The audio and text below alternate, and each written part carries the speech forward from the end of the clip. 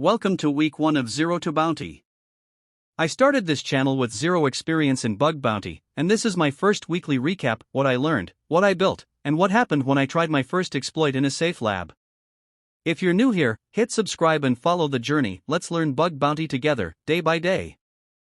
This week I focused on setup and getting a local practice environment ready.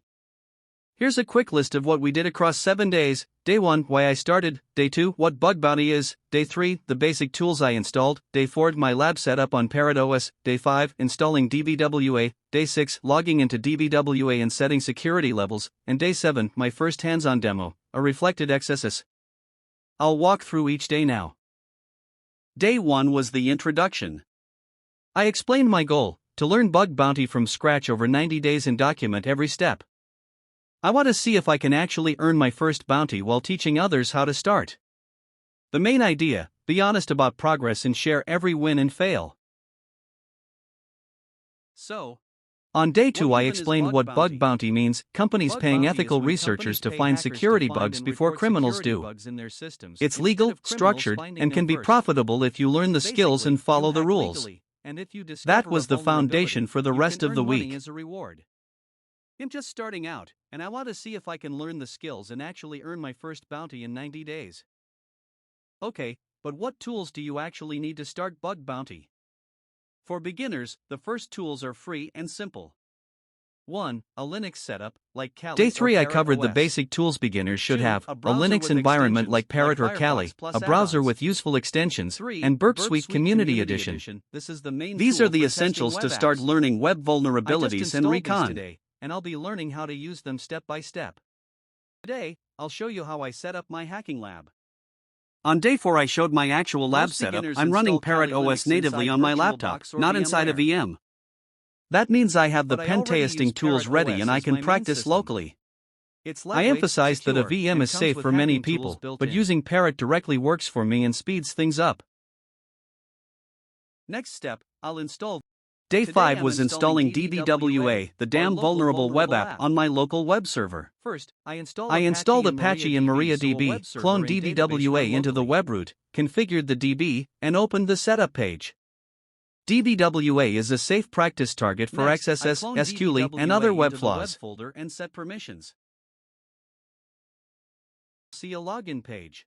Once you log in, you'll see a menu. Day 6 I logged into DVWA using the default admin/password and showed the security level control: low, medium, and high.